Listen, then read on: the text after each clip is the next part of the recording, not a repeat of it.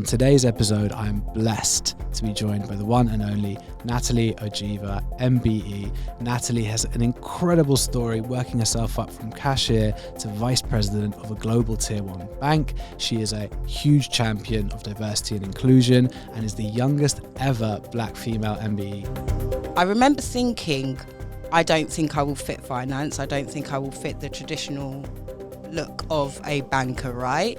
But it was, I have nothing to lose. And I think that's probably something that has always stayed with me and resonated with me. If I kind of went with the notion of the statistics that was kind of held upon me, I never would have thought that I would be in banking. Bankers 200 years ago was very different than bankers now, right? I was very fortunate I got to actually go into Buckingham Palace. So I walked through the front doors. I'll be completely honest, the first thing I noticed was, wow, there is a lot of gold, more than I've ever seen in my life. The whole experience was very surreal. Society makes it that way, right? Society makes it super hard. But if I can just even inspire one young black girl in school to think, do you know what, I can do banking, and do you know what, I am going to get an MBE at this point, then I've done my job, right? Probably the biggest risk I have taken was... Welcome to another episode of Big Risk Energy. On this podcast, we talk to an amazing range of people. And we talk to these people about risk. Risk they've taken in their lives, risks they've taken in their careers, when they paid off and when they didn't. Natalie, thank you so much for joining me today. Thank you for having me. Honestly, I'm so excited to meet you. We had a conversation a couple months ago now, and honestly, I couldn't think of anyone more perfect to be on this podcast than you. So I'm really excited to get into it. And as we said both times when we've spoken, it's so important for people to see trailblazers just leading the path for them, because then they know they can do it. And it's so much easier once you've seen someone else do it as well. So I want to get right into it. You know, where does this start for you? How did you end up on this amazing path? It's a great question. So my story is a little bit different than most people, right? So grew up in Southeast London. If you can't tell from my accent, I say that. I'm really home in on that. But, you know, when I was growing up, there wasn't like opportunities in the sense of I had mum and dad that worked in banking, or they were working. So I guess the opportunity kind of came about because I was a bit of a naughty one in growing up in school. And I got picked up by a charity. Mm-hmm. So the charity was called XLP. They were there to support young people from disadvantaged backgrounds in inner city London. And they made a gold band out of me and 3 of my best mates, which was absolutely amazing. Wow. And bewildering. Yeah, it's a little secret that I don't really share that much. I'm so happy you mentioned it. Honestly, I want to know everything. No, please don't ask me too many questions about it. So yeah, that took us out of, you know, our circumstances of being at school and what we had in our area, right? So I came up from the generation that, and when I say it, I think it sounds super normal, but then when I speak to people, they're like, that was really your growing up in school. But in our school, which was Blackie Bluecoats, which is now closed down, it was the previous school with Stephen Lawrence. Right. It wasn't unusual for us to have gang violence or see that type of narrative, if that makes sense. So it took us out of that, and it gave us the opportunity to, for example, we went to Wretch 32's rehearsal. Amazing. And actually got to see how he kind of structured himself. Yeah. And yeah, put me on stage, which kind of gave me the confidence. And then they had an opportunity to bring in a few young people onto an assessment day at the bank. And I was one of those people that I was like, yes, I will do it. And then, you know, 10 years later, I'm actually still here. Wow. Okay. Incredible. And when you had that opportunity to go to the assessment centre, what made you think that's me? Especially from, you know, entertainment, obviously super different. You know, what made you jump at that? Do you know what? I wouldn't say it was what's me. It was, I remember thinking, I don't think I will fit finance. I don't think I will fit the traditional look of a banker, right? But it was, I have nothing to lose. And I think that's probably something that has always kind of stayed with me and resonated with me is, having no isn't going to make my situation any worse. It's just going to make my situation the same, right? So there shouldn't be a reason why I don't allow myself to be in these opportunities and to put myself forward. So I guess it was more of that, in the sense of I don't have anything to lose, and I also know my ability, right? I'm a bit of a cocky person. It's great. It's People great. will tell you. Yeah. But I kind of knew my value, even though I didn't have work experience. I knew that I was a hard worker and someone that would actually take it with two hands. So yeah, that's the kind of the motivation I had to apply for it and go to the assessment centre. That's amazing. And I think it's something which I'm fascinated by, which is I really think there can be two versions of life. Well, I'm sure there can be many versions of life, but there's the rules that society gives you and say this is what you can do based on where you've come from, who you are. 100%. And then there's the reality of, well, actually, if you've got that self-belief, I can achieve anything. 100%. I completely agree with that. I think if I kind of went with the notion of the statistics that was kind of held upon me, I never would have thought that I would be in banking, or I would have got my MBE 10 years later and all of the kind of things that I've been able to accomplish. But what I've always had is that self-belief of my situation can change if I want it to change, and I have the power to do that. I think that's something that I've had from very early, from being a young child. I think it's one of the most important things that anyone can take from this is genuinely your perception is your reality. 100%. If you think it can happen and you believe it about yourself, it can happen. I say this all the time. I say you can't, there is a power strength of words. And even if you don't have what that thing is that you want, you saying it every day. I remember when I was in sixth form and I'd done the assessment centre, and I kept saying to all of my friends, I'm not going to be here for second year. I'm going to be working for the bank. Don't get it twisted. And then I got the results before my results day, and I never went back to actually go and collect my results. I was like, yep, I'm starting on this date. So I think, and that's an energy that I've kind of carried through with me, is putting things out into the air. And look, you have to do that in a safe way, with your safe circle. But I truly believe if you put it out there, it will happen. 100%. And I really, really think that, I mean, out of interest, where do you think that comes from for you? Is that just something which is innate in you that you've always had? That's a good question. I think it's part of my growing up. I think, both of my parents immigrated to this country, so they wasn't born in the UK. My mum comes from Trinidad and my dad comes from Nigeria. I was always kind of aware, and I think for me especially, mental health, I think we've had this conversation, is something that's really deep and something that I'm very passionate about. So my mum had suffered from mental health from before I was born, right? So I was always kind of aware that there are difficulties that you have in life, but you can navigate them depending on how you want to navigate it, right? And I saw the way my mum and dad worked, and my mum didn't necessarily work, but my dad was an entrepreneur. He was in the export and import business with aquatic fish. Wow. So completely different, right? That's but great. He made it work. And I guess seeing that, and then my life got a little bit difficult kind of moving forward. I lost my little brother when I was 15. I think the motivation that I had was I can change my situation, and I need to change my situation because no one else is going to control my life but me. So yeah, I guess it was probably a bit from my mum and dad and, my circumstances that I was in. But I think that resilience has always kind of been there because of the adversities in the background. Yeah, that's incredible. And do you think your experience with understanding that changing your situation is in your hands has led to the passion for diversity and inclusion and helping get other people into that? Massively. When I started, didn't see anyone that looked like me. And there's always that sense of, I feel alone, right? Is this really the place for me? But one of the things that I think I've developed the mindset of is, if there's not a place for me, I can make a place for me, right? And I can make a place for my community. So when I started off, it was around how can I get young people in to understand about apprenticeship schemes, not necessarily just at the bank, but other companies.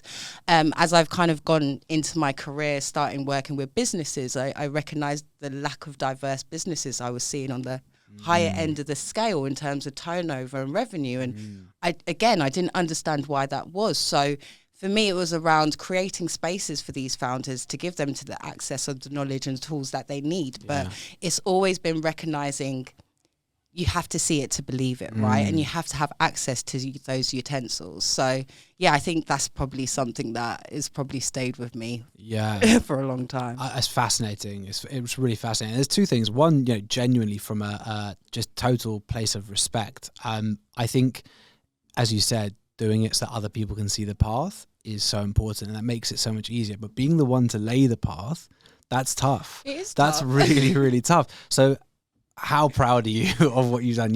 Youngest ever Black female MBE. I mean, it's incredible. It's mad.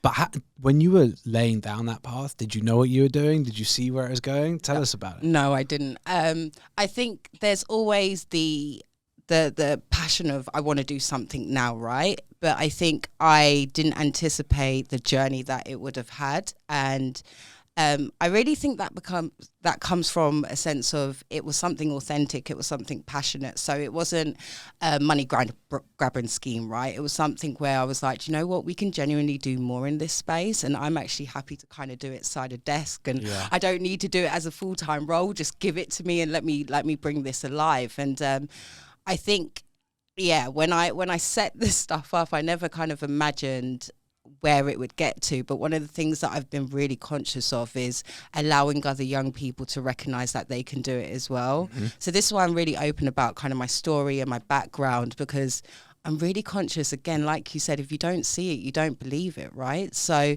you can get an MBE being in Southeast London, still having a Southeast London accent, and still living in the ends, and you don't have to leave the ends to be able to achieve. You can achieve in your own lane, right? But yeah, I think that's probably been what has carried me through on it, is just understanding that you can do it. Yeah, if you really put your mind to it. And it's incredible because we had on the podcast a couple months back Pierce Linney, Pierce, who's been super successful, and when we were talking about this, one of the things that he not regrets, just the reality of the time and the area that he grew up in, was when he got into the world of banking, he had to mask. Yeah. He had massively. He massively had to hide this. So it's amazing to see that, in 20 years, maybe even less, I don't want to offend Pierce and say he's older than I think. In 20 years, however long it's been, like that, you have proven that you don't need to do that to reach those levels. Well, I also think it's an interesting one, because I have conversations with older colleagues, right, that have been in the bank for way longer than I've been alive, and they're really shocked as well to see the change in the narrative and the openness of you can just drop your managing director an email and say, do you know what, you need to do better at X, Y, this, and they have to listen to you. But I do think it's a culture change, right? The way the world is now is very different from what it was 20, 30 years ago. And even, some of the language and the narrative that we use now is completely transformed from what my parents knew.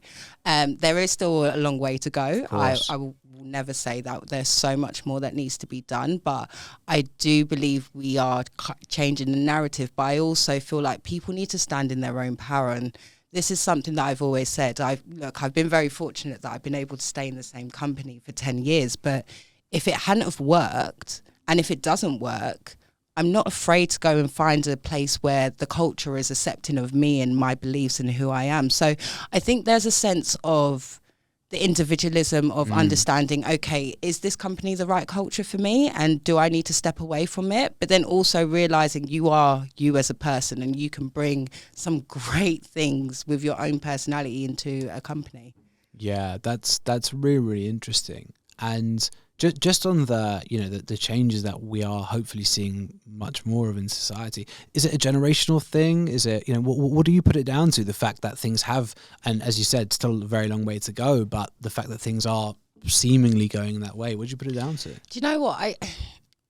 So I know this will probably upset some people. Great. That's my favourite type of thing. I do think it is a generational thing. I think when I look at my mum and dad, and again, some older colleagues, a lot of the narrative is you work hard, you keep your head down, you don't make noise, right, and you get on with your job, and that was the narrative. I think millennials, Generation Z, we don't necessarily feel that way. We feel like if something, make as much noise as you can. Make as much noise as you possibly can. And I think that really has been the reason why we've been able to see a bit of a dial change. Obviously the way the workforce looks is different now as well than what it was 10 years ago. And you know, we're seeing more millennials in kind of more senior roles and things like that. So I do think it is going to change massively. And it's something that's always going to develop and change, right? Bankers 200 years ago was very different than bankers now. Sure.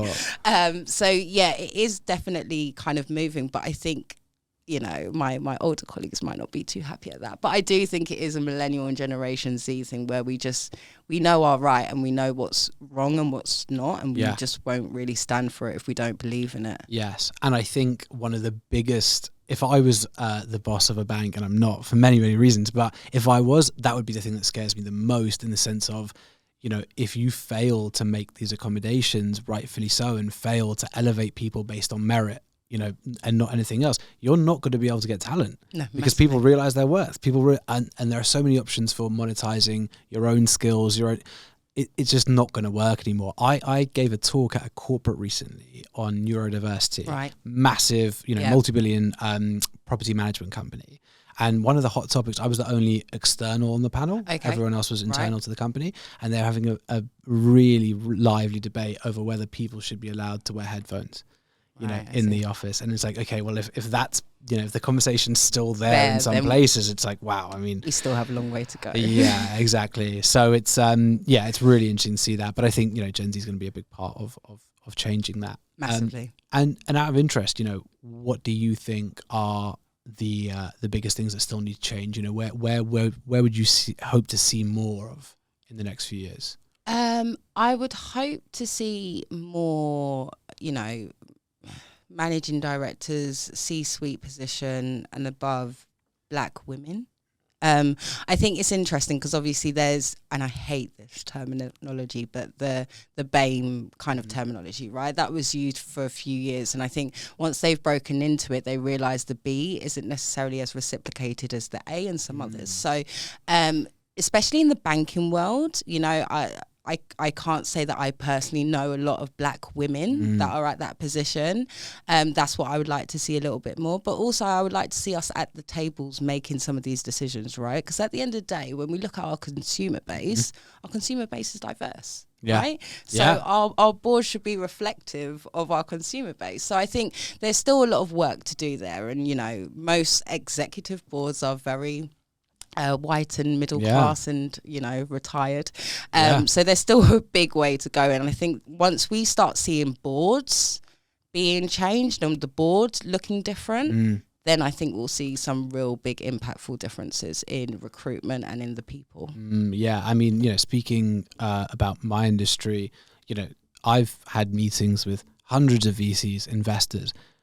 I could probably name you a handful of Black women that I've spoken to in those positions, you know, and it's terrible. But as you said, you know, it's got to start with the top, because those are people influencing decision making, hiring, all those things. And it shocks me, and not just Black women, but, you know, Black people in general. The amount that I have met on this journey is nowhere near enough versus 100%. You know, what's the reality of you know, the demographics that we live in. So there is still so much to go, but I think it's really interesting that, you know, it's got to start at the top. I do. I think there's a lot of, you know, conversation around that middle management piece. And, you know, in my experience, we do see a lot of Black and kind of other minorities as well at the lower end of kind of roles, right? But again, those aren't the decision makers, and those aren't the ones that are making kind of the policies and the new products. And again, so I think when we're looking at things that need to be changed within the system, we need to be looking higher than those middle managers. Yeah, totally. Okay, really, really interesting. And tell me, you know, when you got the MBE, what does that feel like? Just, there'll be so many people who hear this, like, it's one of those things which is so, you know, outside of most people's experience of life. Like, just break it down for us. It was a madness. So yeah, no, so I was very fortunate. I got to actually go into Buckingham Palace. Amazing. So I walked through the front doors, which was really strange because there was loads of people taking photos. So the only time I've ever been to Buckingham Palace was on a school trip. Right? Okay. Yeah. So I've never ever been before. I was very fortunate that I was able to take my mum, my dad, and my nan. there. Nice. So that must be a proud family that moment. was like the pictures that they took was absolutely amazing. But so we went in, and I'll be completely honest, the first thing I noticed was, wow, there is a lot of gold and a lot of like artifactures and a lot of photos, right? More than I've ever seen in my life. But the whole experience was very surreal. So we got to kind of walk in through the palace, and we got kind of chauffeured into like a music room where we went into kind of a waiting room. Again, when I look at that room, there wasn't many diverse people in the room, and that was kind of the first thing me and my family noticed, was like, I think we're the only black family here. But then, you know, it was amazing, because I think whilst I might not see myself as a massive royalist, I recognise what that meant to my mum and my dad and my nan, right? Especially coming to this country in the Windrush times, and they wasn't necessarily accepted or wanted. To now having actual personal invitations with their name on it, inviting them to Buckingham Palace. That kind of made me realise this is so much more bigger than me, right? And I think, again, it's that bigger picture of recognising that more young black men and women should be walking through the doors of that and being recognised for what they've done for the country. So for me it was very surreal. I don't think it's like, even when you introduced me as Natalie Ojevah MBE, I was like, oh my gosh, that is me, isn't it? It hasn't really sunk in, but I think I'm recognising what it means to other people, and I just want to keep opening that doors for more young people, to be honest. Because it's a really interesting thing, and you know, if this is not something you want to talk about, we can cut this out after, but I do find it really interesting, which is obviously with the history of the monarchy and the reality of colonialism, you know, an MBE could be a controversial thing, but I think, you know, your point about, again, trailblazing, you know, opening those doors, that's in many ways it's more than that's exactly what it is. And I think it's the, you know, the recognition that it does, like, where you come from and your background shouldn't stop you from being in these spaces and being in these rooms. And look, society makes it that way, right? Society makes it super hard.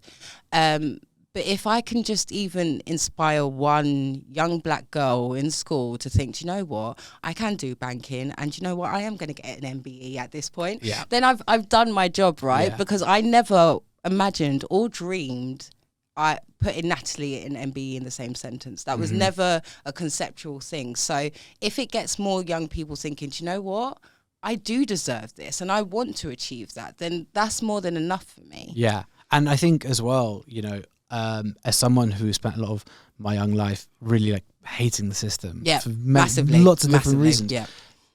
And unfortunately, it's very, very difficult as an individual to change entire systems. The way we can change the world is inspire people. 100%. You know, it's about inspiring individuals. And if you can change 10 people's life, 20 people's life, one person's life, whatever it is, that's how you change the world. Because the impact of that, like how proud you made your family, how proud they make their family, and inspires others, like that's the only way that we can, as individuals, really change the world. No, exactly. And this is it. And I think it's interesting because I had a DM the other day, and it was from someone that I went to school with that was a few years younger than me, and she messaged me and she was like, you know what, you've really inspired me over the years. I've actually got a job in this, doing this, and I've joined this network. And to me, that's what this is all about. It's not, like I said, I'm not a royalist. I don't, there's certain things I don't agree with, and you know, of course. I think that's like a lot of people in this world. Anyone who can't say that, well, you know, I'm very happy it was Princess Royal Anne that was giving it to me. But no, I think, like I said, there's the power in storytelling, and that's probably what I wish I had had. I understand that my background kind of gave me the motivation to feel like I don't need that storytelling to be able to achieve. But some people don't, right? Some people need to see it to believe it. Yes. So, yeah, if I can just show that to one person, and that one message, I was like, yeah, that's me done. I've done my job for 2023. I can now relax. The rest is a bonus. Yeah, no, that's great. That's amazing to hear. And where, you know, in an ideal world, if you could harness all the amazing things that you've done and harness that story, what would you like to achieve? Oh, what would I like to achieve? That's a good question. So I studied government and politics when I was younger, and I always wanted to be an MP. Politics, again, about trying to change the world. And when I studied it, I realised it's a little bit more complicated than I think. But definitely lobbying certain political causes that I think is important is something that I want to get into. I think, again, when we're looking at mental health and now especially being a mum and kind of the childcare costs and things like that, I'm recognising there's so much more that could be done to really help people kind of level the playing field for opportunities, right? And I think this is like life, right? You go through life, you experience different things and you're like, I'd never realised that this was an issue. This is something I want to kind of participate in to change the narrative. So I think lobbying would definitely be one for me in terms of what I would love to achieve. I guess in the long haul is just, so I've set up a podcast. It's called The Hustle Table. Okay. And essentially, if I could speak, we created it because we was tired of waiting for a table to be created for us. So we created our own table, sharing knowledge and kind of content. And I guess for me, it would be growing that bigger. Because again, I'm conscious, just like this, there's a big piece when it comes for amplification of messages.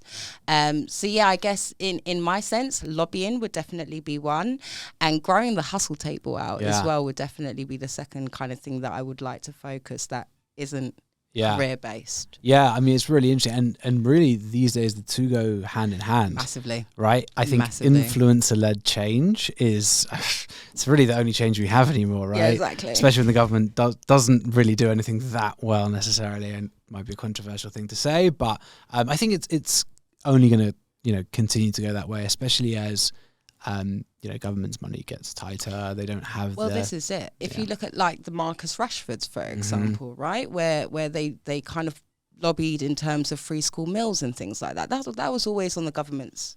Yeah, they know about it, but sometimes you need that influential person in like the community to kind of push and get the verbatim out about it. So there definitely is an importance of that influencer type lobbying. That's something that I would love to kind of get into a little bit more. Yeah, I think as a United fan as well, obviously. Oh, I'm an Arsenal fan. Okay, so. well, that's right. Well, we have Marcus Rashford. So I mean, I know. But I think. And I remember because it was during COVID, right? Yes. It was during lockdown. And I remember thinking it was incredible because that is an amazing example of someone using the system that wasn't created for them, but using it in that way. Exactly. Right? Football is one of those things where it's like it will put you to that spot, but you're expected to follow the party line. Your every media interview is, it was a game of two halves, like, all the usual stuff. And to use that for that power is incredible. I think that I would love for more footballers to follow his fashion. I think a lot of footballers have great profiles, but again, like I said, it's all within your lane, right? And I think there's something powerful that we can do in banking as well in terms of making some of our products a little bit more accessible. But again, it's all in those little pockets of what you're passionate about, right? Yeah. So that was definitely future forward thinking for me, is getting involved in some lobbying. Yeah, amazing. I love that. Okay, cool. I've got not quick fire or anything, but a few questions I ask everyone. What is the biggest risk you've taken and what happened? Oh, what is the biggest risk I have taken? This is a good question. Probably the biggest risk I have taken was, I have two, which is funny. So the biggest risk in my career is probably when I decided, so I'd been working in business banking for kind of a long time. And I'm one of those people that I will do a role for, a period of time. And then once I feel like I'm very comfortable with it, I'm like, okay, what's next? I don't like to kind of relax in a role. I'm like, okay, I like to challenge myself. So what next am I going to get involved in? And I remember, and I love telling this story because I think a lot of people do have the same type of conversations working with kind of bosses and stuff. So I remember I wasn't feeling kind of motivated in my role. And I had a conversation with our area leader at the time. And I said, look, I really want to kind of look for that next step up. I really want to kind of develop myself. I was probably around 24, 23 at the time. And the next role up was that assistant vice president role. Yeah. So I had this conversation with her, very transparent. And I remember her saying to me, I think you should wait a couple of years. I think you're quite young. I think you need to develop yourself in terms of, you know, what you want to do a little bit more. I think, you know, just wait it out. And I remember thinking, as much people would do, they would be like, okay, maybe she's right. Maybe, you know, I should wait it out. And I thought, no, because she doesn't know who I am, right? Yeah. So she doesn't know my attitude and my aptitude. So went behind her back. And made a few connections in terms of finding out that assistant vice president role, what that looked like. I applied for a few roles. I was successful. Amazing. And then I had to drop her the news that I was planning to leave. But yeah, I think... How did that go down? That, I mean, she was a bit shocked, but I don't feel like she should have been, to be honest. Yeah. I think... Trying to hold people back, that's what happens. This is it, right? And I think, you know, for me, that was a risk, because if I hadn't got the job, she still would have got notified that I was applying for roles. Yeah. So that might have caused some issues within the team. And I guess looking back, I might have been a little bit more transparent to say, do you know what? That's what you believe, but I will still go and look for roles. I was very fortunate I was able to get something. But that was probably the biggest risk kind of in my career. And it's funny because a lot of people would say, setting up the Black Founders Program, did you not find that as a risk? And I didn't find that as a risk. I found that as something that we needed to do. And if they wasn't going to do it, then I probably would have left, to be honest. Again, when you look at the culture and does that culture fit for me, if you're not listening to our people, then the culture isn't right. So I wouldn't, it's funny because, a lot of people might say, Black Founders Accelerator, wouldn't you think that's a risk? And no, that was something that we had to do. I think that particular one was probably a risk for me in my career if that had got back. But yeah, that's probably one work one that I could talk about. That's so interesting because, you know, in both those situations, right, setting up the Black Founders Group and then going for this promotion, that shows you like the two sides of how to empower people. Right? By your boss, you know, trying to put you off it, it made you have to go round a back route, 100%. Which could have had a negative side. But when, you know, the business empowered you to create that, obviously it's allowed you to flourish, right? Exactly. So it's so funny how risks, you know, that we take, sometimes they're only risks because of who you're around. Exactly. 100%. And I think I say this a lot when I go speak to colleagues is develop yourself in terms of knowing other teams and knowing other departments, especially when you work for big organizations, because the culture that you might find at one place, and it's really strange, right? Because you would think if it's one bank, then should be the same culture. But you have little subcultures depending on like your team leader or your manager or what they like. So a lot of the time I say to people, go and explore. And I think, you know, that team that I was in where I asked for the promotion and I wanted to do it and I wasn't supported, wasn't the right team for me, but I knew that, right? Which is why I wanted to move across. And I think the team that I was in when I set up the Black Founders Accelerator, I was so comfortable to do that. And that's because of the culture and the ethos of our team that we have there. And it's the one team I've stayed the longest at in my whole career. So I think that also says something as well. Absolutely. And you won't be surprised, like so many people I speak to on this podcast, it's the same thing in terms of the risk is staying in your comfort zone. Exactly. You know, that's the biggest risk. If you're you know, set up that way mentally, like that's the risk. Like, well, I'm getting a bit too comfortable. Things are getting a bit too easy. A little bit. Because in my head, I'm like, oh, Natalie, you've been in this team for like 4.5 years now. Should you be looking at somewhere else? And it's like, you don't always have to go with that, right? You don't always have to do the joy humping. And if it doesn't work, it doesn't work. But I also feel like at this point of my life where I'm at, being a new mum to a 2-year-old and, you know, also managing that balance and trying to do like my side hustle with the hustle table, this team is perfect. Like I get to do a job that I absolutely love where I support entrepreneurs every day. And I also got the flexibility where I can be a mum as well, which is really important at this point in time in my life. So I'm loving it. It goes back to what you were saying about childcare, right? If you don't have those provisions in, it can be so limiting. So it's amazing to hear that, you know, you've got that balance, and that's something which a lot of people wish they had, right? Exactly. Yeah. And I guess, is that a big part of the, you know, you recognizing that as that big part of the driver for the desire to lobby? Massively.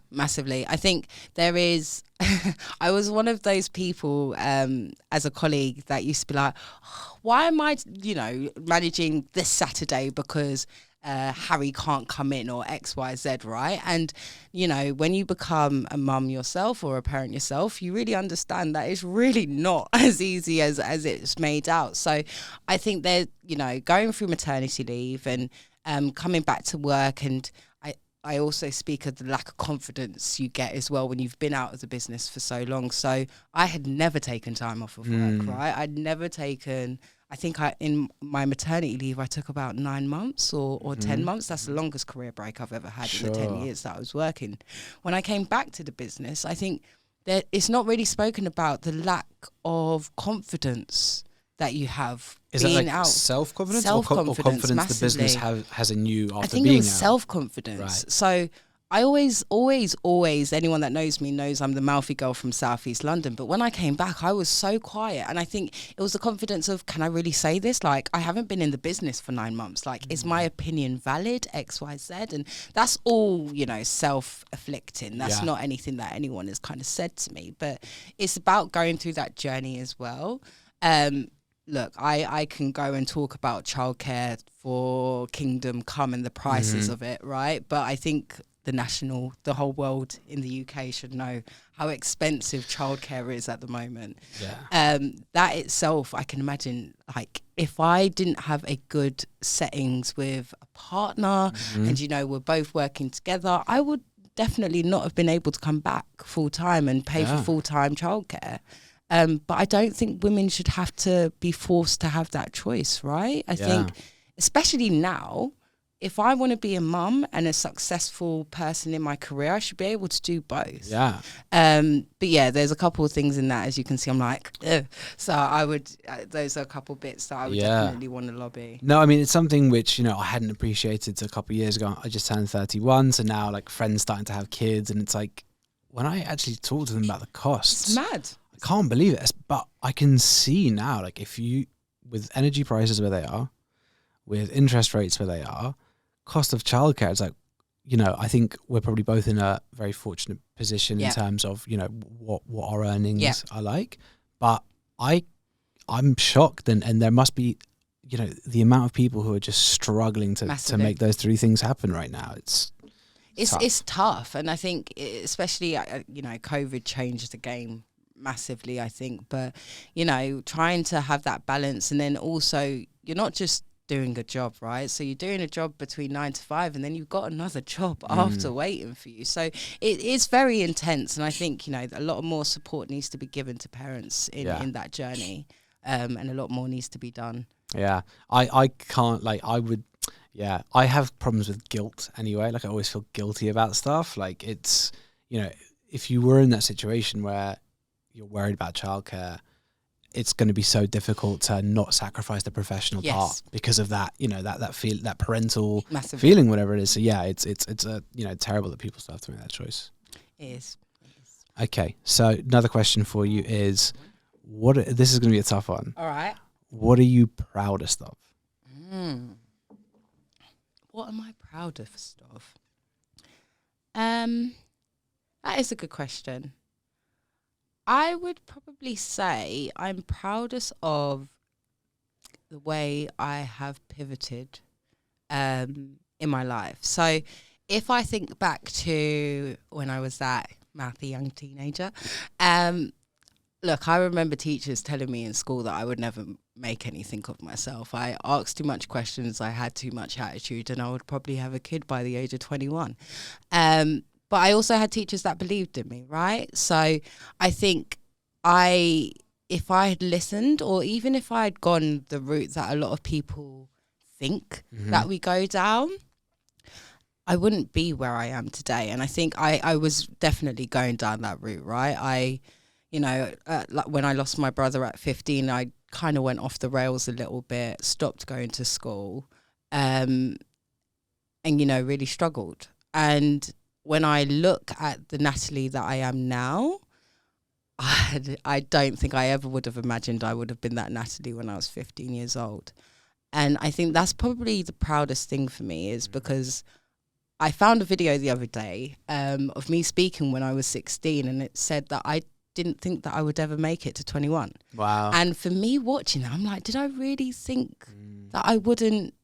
And I definitely remember feeling like that. And I think the way I've been able to pivot that, and also the way I've been able to spin a positive mental attitude on things, I think when I speak to a lot of people, they're like, I can't believe you've gone through all of that. And a lot of the time I say I didn't know any better, right? So I grew up knowing about mental health. It's not like my mum got mental health when I was older, right? So that was always my world. And then, you know, with my brother passing away, I was quite young when that happened. And one of the things that I do say is young people are very resilient. And when I look at how I navigated that situation and how I was able to go to school and do a statistics exam a week after him passing, like for me, that's mental, but it shows the strength that I had then. I just didn't realize the right way to use it and to amplify myself. So I think the way I've navigated my life and changed kind of my prospects is probably the one thing that I'm proudest of, because I never actually thought I would be here doing what I'm doing today. Yeah, that's unbelievable. I mean, thank you for sharing that as well. And you know, if you take yourself back to 15, because you mentioned, was it XLP. So when that opportunity came along, I mean, sometimes opportunities find you, sometimes you find the opportunity, right? You know, how do you see that? And, you know, because obviously the way that you've taken every opportunity that's come your way, you know, and is that something which, again, you know, you're passionate about now, because it's obviously something which has worked so well for you? I think it was a mix of both. I think, look, the opportunity came to me, but remembering how I was when I was 16, I was very happy to say no. I was very happy not to do it. But I think understanding that what opportunities are as well. So during our time at XLP, we kind of learned what a good opportunity is, what a bad opportunity is, right? And when you hear it as latent terms as that, you think, oh, you must know, right? But when you're 15 and someone's like, oh yeah, you can make this quick money over on this side, and you know, you might get in trouble for it, but it's quick money. That's a bad opportunity. But in your head, you're thinking that money is a good opportunity, right? So just having those types of life lessons at 15, which they don't really teach you in school, let's be honest. Not at all. I know about Pythagoras. I can't even say it. It's all right. You don't need to know it. It's fine, yeah.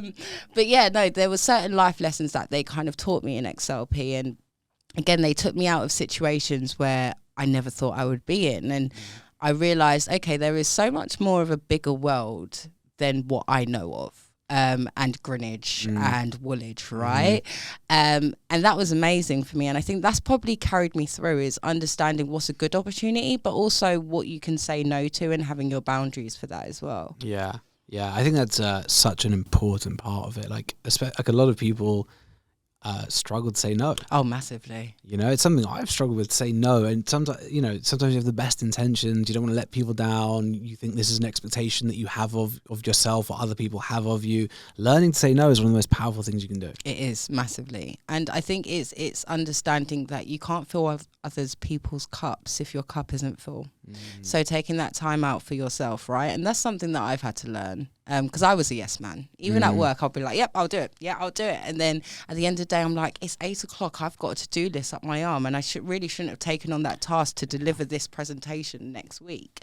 But it's about understanding the balance and the value of things, right? And is that going to give you the value of what you want to achieve and what your ambitions are, and revoking that to kind of your timestamp chart, if you want to say it as such. But yeah, definitely there is a massive power in saying no. Being a mum, I've had to learn how to say no, because I can't do anything, and my child is not going to be one of those spoilt children. So that he does get no quite often. Okay, that's probably a really good way of getting used to that word. But no, it's really interesting, because I think ultimately a lot of people spend their lives trying to please everyone. Exactly. And then you learn you can't please everyone. Right? No matter what you do, you can't 100%. Please everyone. And the quicker we learn that lesson, the better, because then you get used to living by your own expectations. It's that saying of, if you try to be everyone's cup of tea, you'll end up being a mug. So yeah, nice. Yeah, I like that. Yeah. Spot on. Okay, next one for you. If there's anything that you could have done differently, is there? There was anything I could have done differently. This is a good question. Honestly, probably not. Right. I think I might say this in hindsight. I feel like every no, every hardship that I've gone through has been able to make me the defined me that I am now. So, yeah, if I would go back, I wouldn't change, you know, as much I would love to have my brother back. I wouldn't necessarily change it, because I feel like there's a reason, things happen for a reason. And I don't think I would be the person I am today if I hadn't have had all of that adversity that had happened to me when I was younger. But yeah, I wouldn't change anything. I say that. I'm trying to think, is there anything I would change? Maybe having more money. That would be yeah, nice. that's always good, right? That's always helpful. Yeah. But no, nothing that I would change, because it's made me who I am today. Well, this is it, right? This is it. You know, we are the result of all of our previous experiences, and if we hadn't had them, we wouldn't necessarily be here. So yeah, it's most people say that. Although it's no, most people say, but it's funny, like, then I interview someone who's like 60 and they're like, oh yeah, I would have done that. I would have done that differently. I can imagine. But right now at 28, nothing that I would change just yet. Amazing. Okay, cool. All right, I've got two last questions for you. What does it take to be successful? Oh, I love this question. What does it take to be successful?